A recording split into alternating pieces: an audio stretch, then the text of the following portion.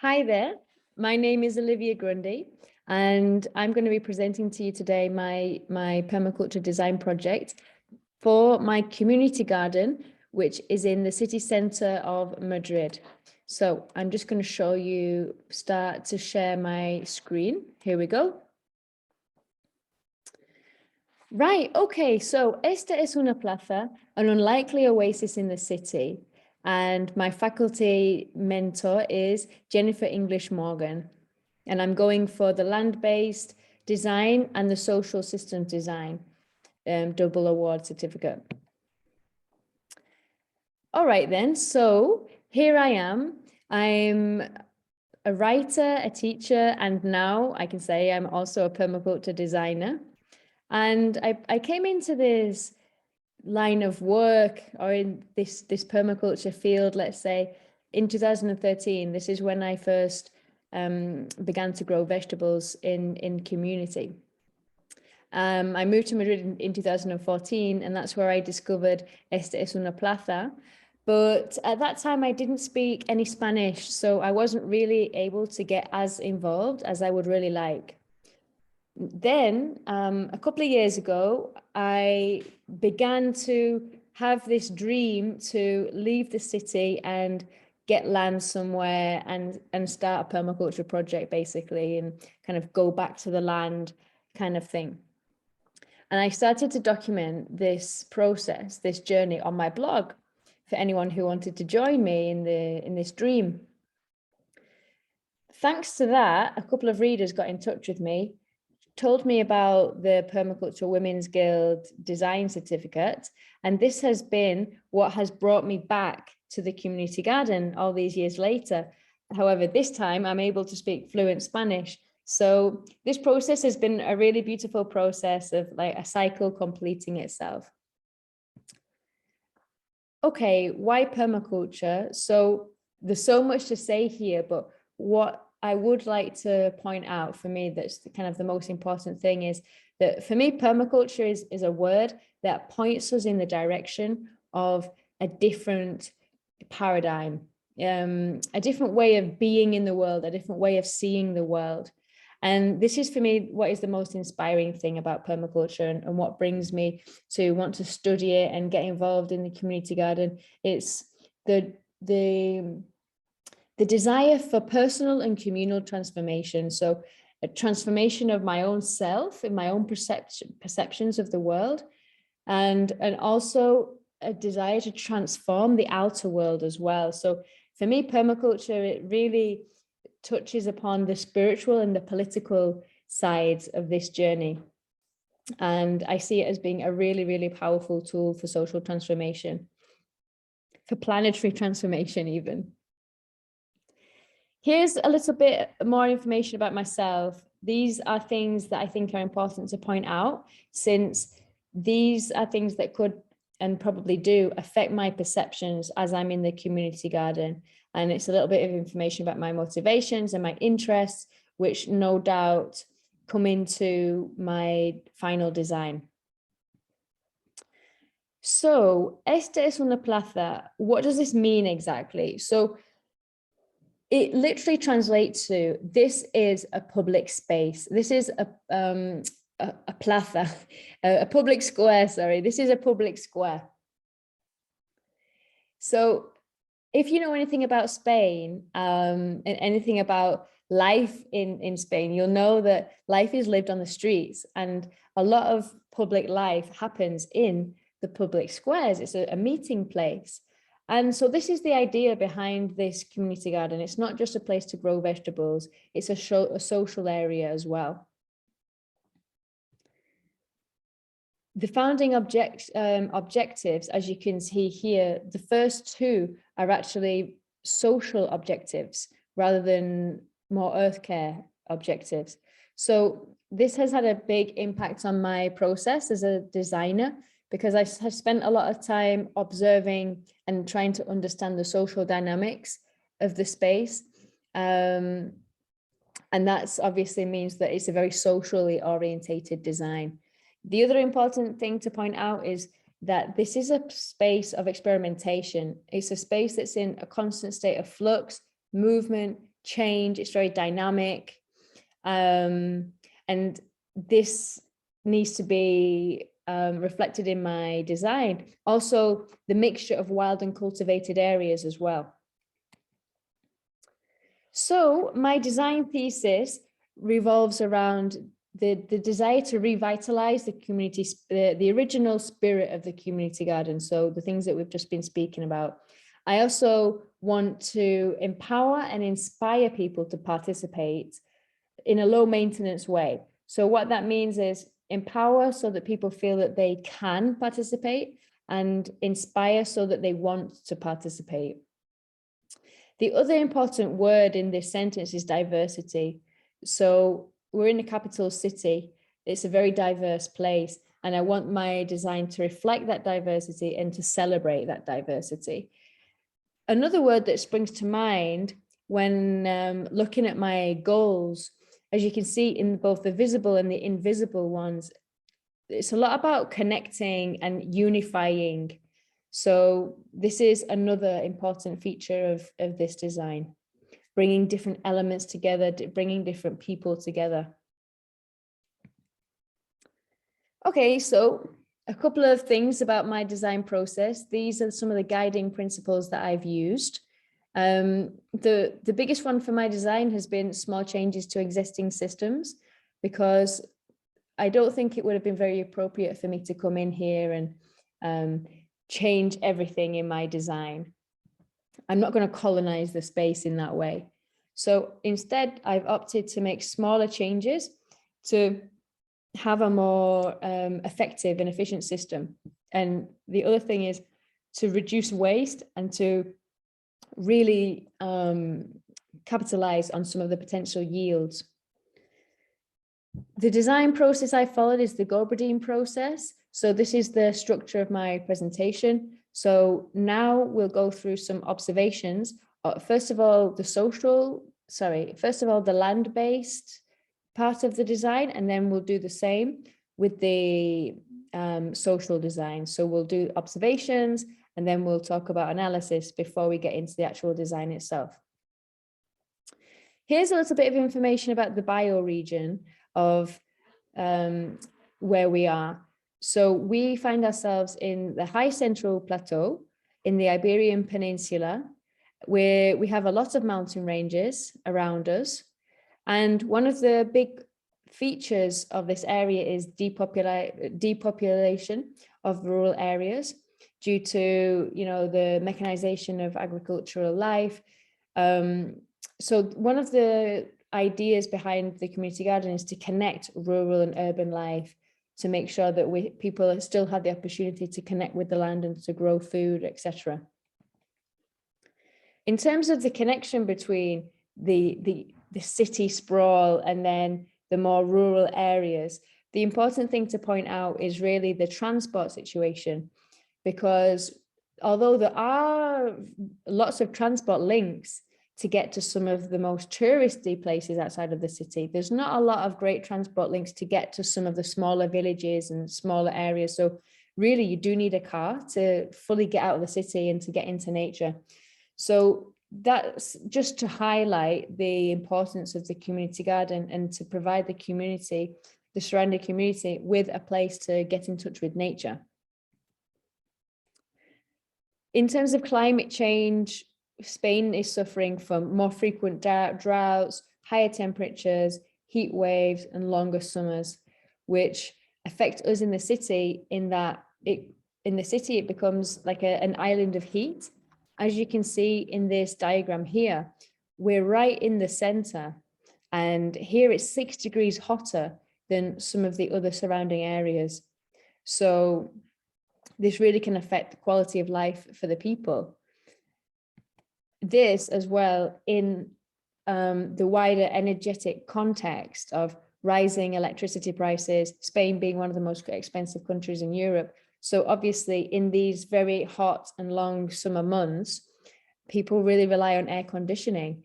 And within this energetic crisis that we're facing now, that's perhaps not a possibility for a lot of people. Hence why this community garden is like an oasis for people to retreat to in the summer months as well. This is the neighborhood that the community garden is in. It's called Lavapiés. It's very multicultural. It's very diverse. There's a lot of artists, activists. It's quite left-leaning in terms of politics, and there's not a lot of green spaces. So here we have it, the base map. One thing that I haven't pointed out yet is that at the end of this year, the community garden has to renew its lease with the council. So I'm not sure if I spoke about this at the beginning, but this community garden is owned by the council. So we have to renew our lease depending, it could be every 4 years, every 10 years. And the date that we need to do this by is by December 22nd, by the end of this year, basically, December 2022. So although there's a very good possibility that we stay on, there's also a possibility that we won't get our lease renewed, especially as the current government is quite conservative, and a lot of urban gardens and social spaces have not had their lease renewed recently. So the threat is real. And so this also plays a big part in my design. Here's a little bit about the built environment. One thing I'd like to point out is that a lot of these areas contain a lot of history. That's one thing that I've discovered through my stakeholder interviews, etc., that each of these components holds quite a lot of history. So this is something that I'm also going to consider in my design. The main garden areas that I focused on are the raised beds, the cactus garden area, the decorative garden area, and the wild garden, because these seem to be like 4 separate garden areas that didn't seem to have much connection between all of them, or created quite a lot of friction because of the fact that they're so different to one another. In terms of boundaries, the biggest boundary has got to be the gate at the front door, whether that's open or not, and also the wall that spans the whole garden.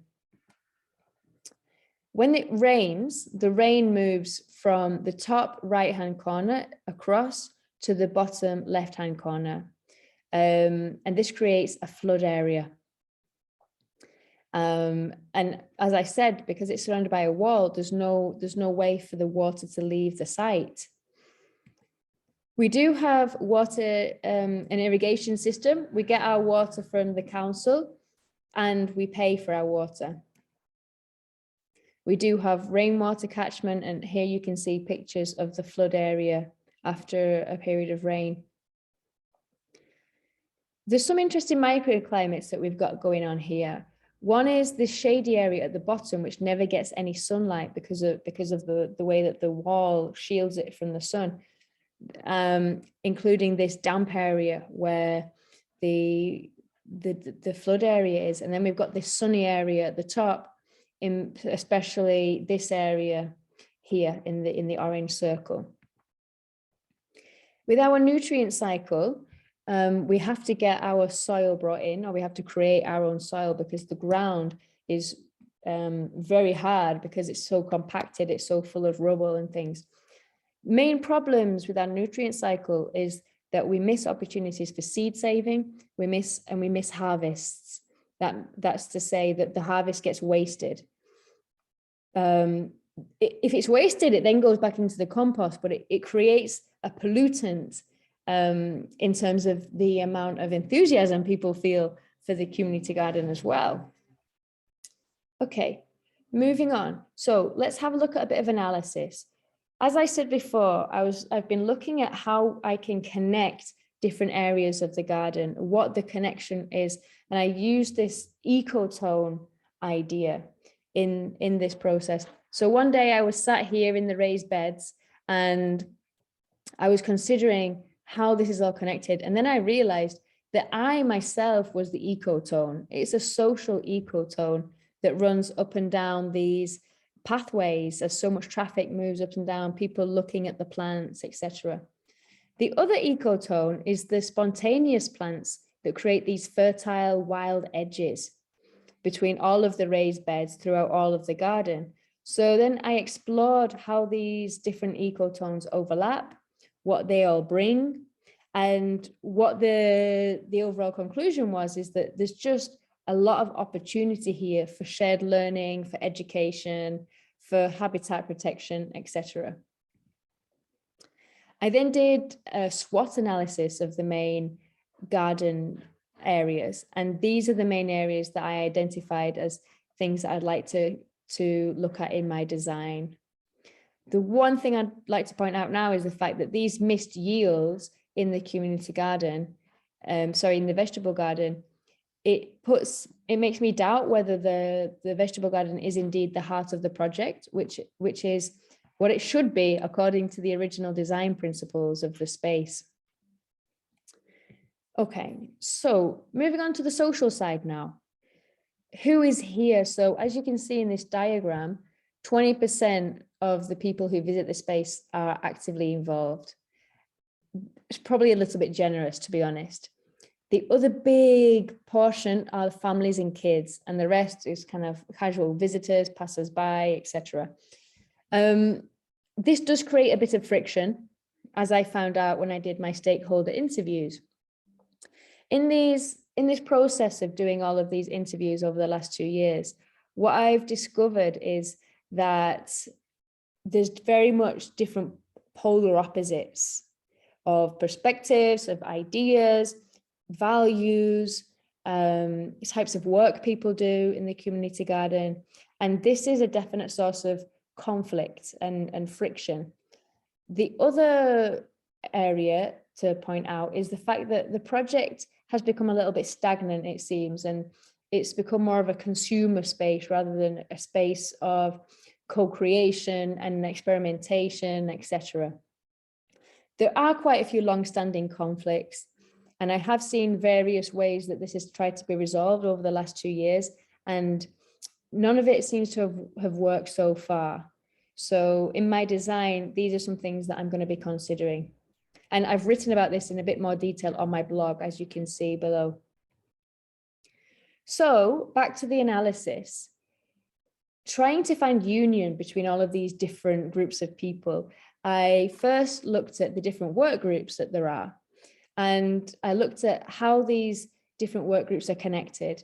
And it became very obvious that the way that they're all connected is indeed the original principles of the space. It's the one thing that everyone is working towards. And then I analyzed different experiences or different aspects of communal life in the community garden and how they all overlap and what the common denominators are. So if you want to take a bit of a closer look at that, feel free to pause the screen a second. Then I looked at the invisible resources, and I used this idea of the 9 forms of economy to make an inventory of all of these different kinds of invisible resources.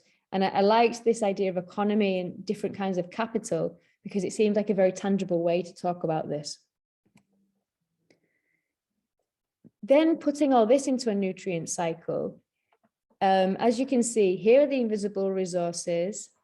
This is how they relate to different forms of capital. And straight away, we can see that the big one that comes up is social capital. We've got a lot of well-being capital, etc. So it goes to show that the health of this project is really depending on these 2 forms of capital, the social and the well-being capital.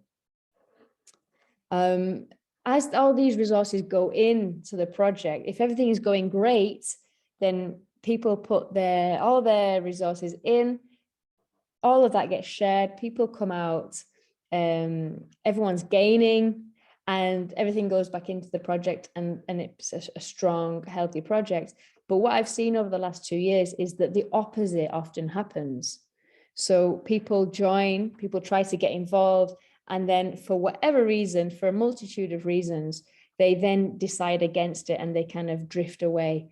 So this is a great loss for the community garden. We lose resources, the project becomes weaker.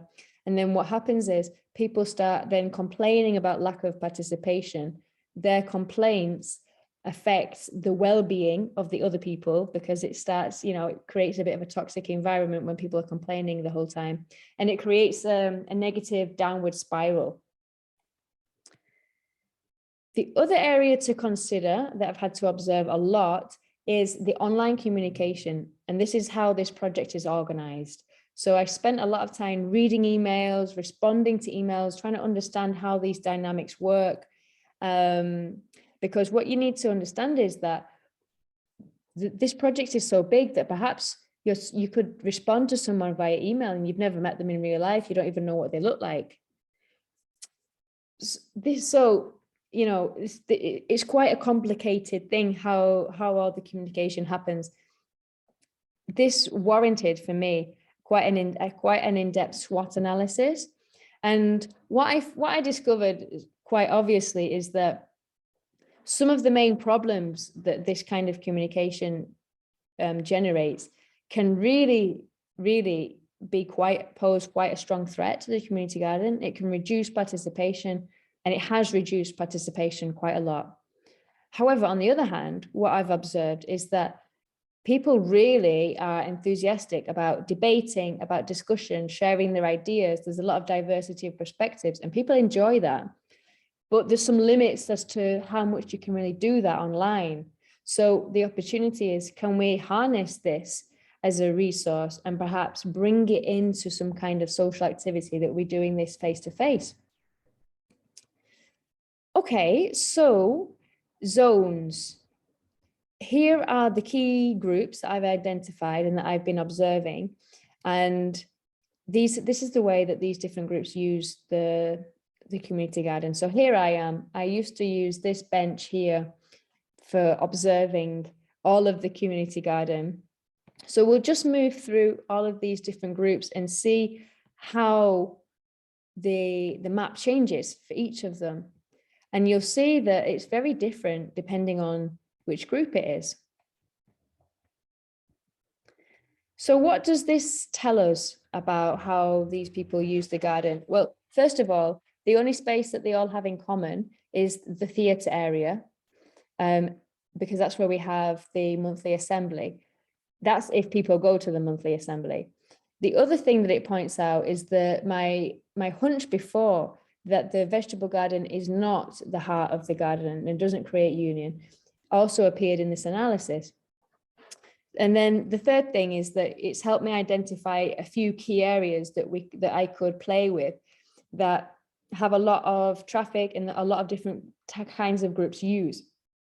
So it could be another interesting way of trying to create more union. Needs to be noted that in summer, people tend to gravitate towards the shady areas, of course, and that there's times of the year when there's a definite lull in activity. Here's some information about the diversity and the multiculturalness of this space. As you can see, on one given day, you can hear many different languages. There is a mixture of nationalities within the actual main group itself. And in fact, most of the people who are involved in here are foreigners, or at least half and half. But we do need to talk about oppression and privilege, because although there's many different races that use the space, and it's definitely an open space, the main people making the decisions are all white. And this is something that I've spoken about with some of the community members. And it seems to be more related to socioeconomic status, because this is behind this project, there's quite an intellectual design behind it, you know, the whole philosophy behind it. And there is a value on discussion, on debate, abstract thinking, etc. So it's not that the people who are part of the community garden have a lot of money, but they do have a level of education or a level of intellectual capabilities that allow them to participate in this kind of environment. Okay. So finally, access to participation. This is obviously something that I've really got to pay attention to if I am to achieve my original vision. Here's a bit of an overall summary of what we've spoken about so far. making my design, some of the main things I was thinking about was, how can I make a design? How can I design for so many people, so many tastes, so many needs, so many different ways of using the space? And how can I design for a space that's constantly in change and in flux and evolving constantly and quite rapidly as well? So I'll take you through it. This is land-based design phase 1. And I just want to point out that due to the fact that our lease runs out at the end of this year, this is like a crisis design. So my implementation phases are quite short, but it's not to say that they can't also be lengthened. It's just a reflection of where this community garden is right now. So the main objectives are to make this project as strong as possible for the lease renewal. I mean, in terms of implementation, I couldn't get my words out then. So here we have phase 1, the wild garden. I recommend maintaining the fences to avoid having an abandoned look, because this is the first thing people see when they walk in. I think that we need to have a sit spot so we can really begin to use this space for educational purposes, so that it's not just a place that people pass by, but we're actually learning something from this space. Equally, we could have some experimental spaces in between the raised beds. So we could, instead of weeding those wild fertile edges, we could actually let them grow and see what happens. It's obviously not going to become a wild area like the wild garden, because there's so much traffic that goes up and down, but maybe it could grow some grass. In the original design principles of the space, it does talk about having places where you can walk barefoot. And right now there's nowhere to walk barefoot. So my proposal is that we try, because maybe it could be quite nice to spend some time looking at all of the plants that we have around here and walking barefoot. So who knows, it would be an experiment. The other idea to capitalize on trying to connect rural and urban life and extend the amount of educational opportunities that there is to make a seed bank and also make a herb dryer, so that we can really experience the full cycle, the full growing cycle from seed to, you know, fruit and etc. Okay, the next implementation phase. Let's start down here with the things in blue. So you can see that here is about water. It's about capturing the water and using this microclimate to our advantage. My idea is for this space to become even more of an oasis in order to create more of a nicer shady area to be in the summer, considering that summers are so hot. Maybe this area could become like a luscious green area that people could enjoy sitting in the summer. We could also extend our reach with a multicultural raised bed and invite people from the community or from the neighborhood to plant things from their own countries. It would obviously be more of a gesture rather than a way of really obtaining a physical yield. It would be more of a way of helping people to get involved and encouraging more diversity in the space. The final implementation phase is post-January, so dependent on whether we get our lease renewed or not. And I propose that we, again, making the most of this microclimate, we could put some mushroom beds in here. A herb spiral could be cool as well in this sunny area, right next to this bench, so that it would be beautiful to look at. Also, because of the herb spiral, it was one thing that people spoke about in one of the stakeholder interviews, the desire to have more organic flowing shapes rather than the straight rectangular beds that we've got now. The other thing that came out of the stakeholder interviews is the interest in wildflowers and foraging, spontaneous plants. So maybe we could have a few areas designated to this kind of plant rather than just the decorative ones, and kind of a go between decorative and the wild, completely wild garden. This would be more of a planned wildflower area. Okay, so this is the social design now. In blue, you can see some different ideas that I've got for increasing participation and making sure that the expectations of how to use this space are clear.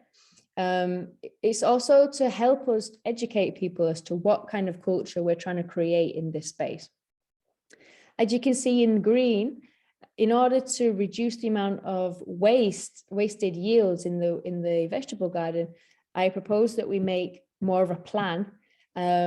It's a straightforward idea, but it's something that isn't really done right now. It's to create a plan of rotation, succession, and companion planting, so that we know where we're at in the growing cycle, so that we're ahead of ourselves. We know when we need to harvest, etc.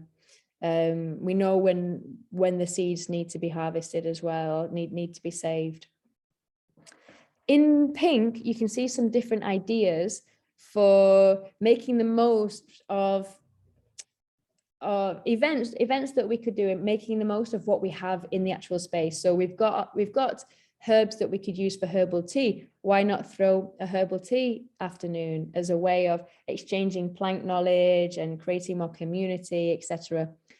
Moroccan kitchen wild tapas with spontaneous plants is because there's some Moroccan women that use the space, and they like to come and harvest some of the wild plants, and they've taught me a few recipes. So maybe we can create an event around this. Same with the experiment cooking with compost. This is something that another urban garden does, and maybe we could steal their idea or collaborate with them and see if they can come and show us how they do it. The other idea is the good news email thread, so that there's more celebration being shared. It's not just a space where the email isn't just a space where people give negative feedback, but a space of celebration as well. Okay, so the next layer of the design, you can see there's a lot going on. So I'll just briefly go through these ideas. In yellow, you can see ways that I propose that we could help enhance the social well-being of the project, and with the nonviolent communication workshop as a way of trying to empower and equip the members to have more tools for dealing with conflict, have more tools for coexisting with one another. The mobile chalodromo, so this is going to be a space for where we organize meetings that have a kind of a pre-planned agenda, whether that's a debate, a discussion, it could be experimental group processes, some kind of group reflection or feedback session of how we're all feeling within the community. In blue, you can see that this is all about harnessing the history of the space so that it's present, so that people are aware of it, so that we can celebrate it, so that we can inspire other people.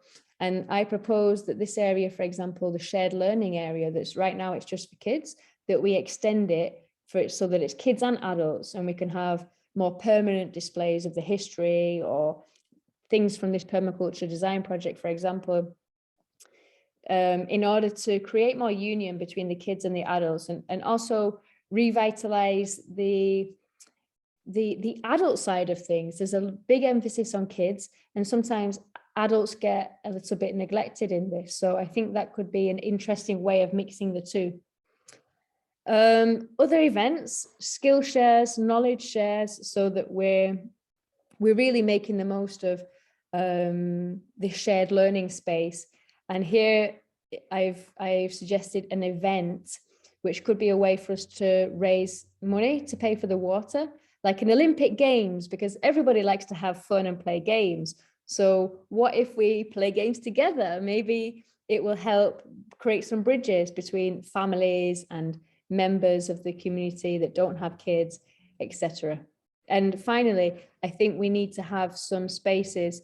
We need to have multiple languages, especially English, Arabic, and Bangladeshi, because most European visitors all speak English, but the people coming from Arabic countries or from Bangladesh don't always speak a lot of English or Spanish.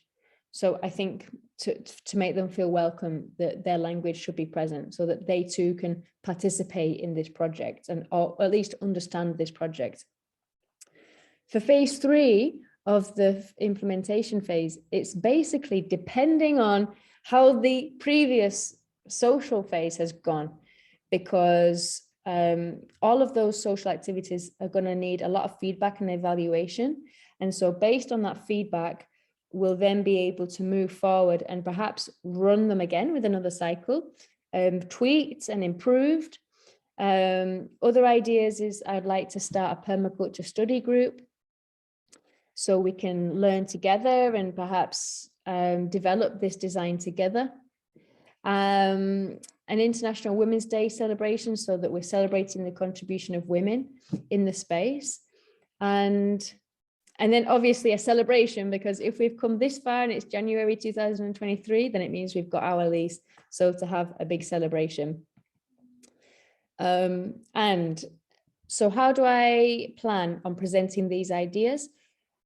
I plan to present them in smaller groups that are relevant, like the ideas relevant to the vegetable garden. I present it to those people first, etc. And then I'll do a full presentation with all the ideas later on after I've done this presentation.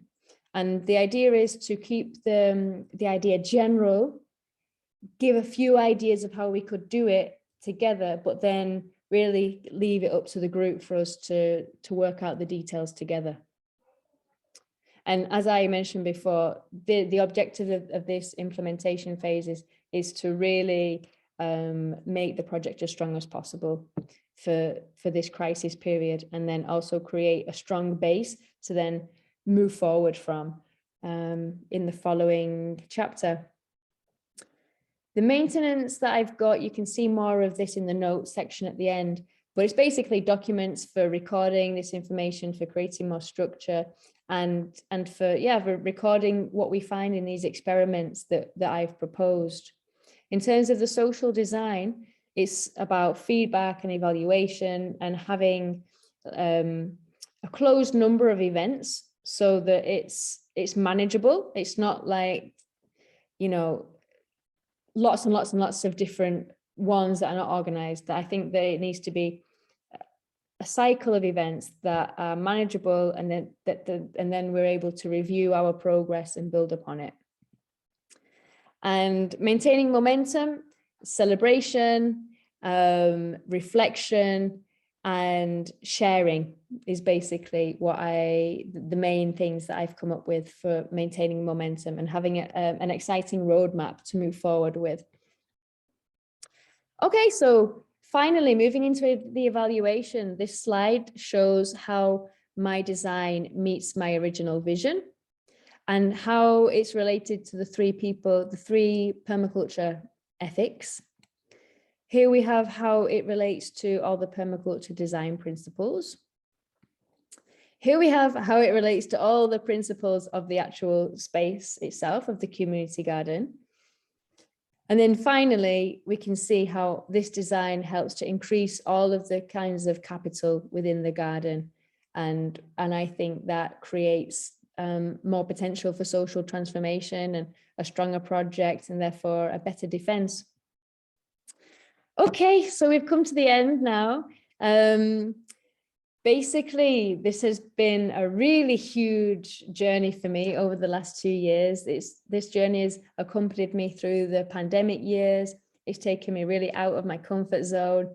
To be honest, when I started this project, I was a little bit intimidated by the fact that I was doing this for my community garden. It was pretty daunting, but it has, in the end, it's all come together. Although for many months, I was like, I don't have any idea what I'm going to do for this design. And then in the end, it's all come together in a very organic way. If I could do it again, I would say not to do a big permaculture design project such as this in the midst of a pandemic and big life changes, because that was quite a big distraction for me during these last 2 years. And maybe I could have done a lot more if it hadn't been for those things. But I would probably, if I were to do it again, I would not try to get not so distracted by the social element of this design, because in the end, being around so many people meant that the observation side and my own needs of completing the project were kind of put on hold a little bit. So there we have it. Thank you very much to Heather Jo Flores, to the Women's Permaculture Guild. Thank you to Esta Es Una Plaza, and to my fantastic mentor, Jennifer, and as well my readers who have also played a big part in this journey. So thank you all very much. And if you want to see how this journey continues, you can find me on my blog, sharedearthliving.com. Okay, so that is it. Thank you very much and goodbye.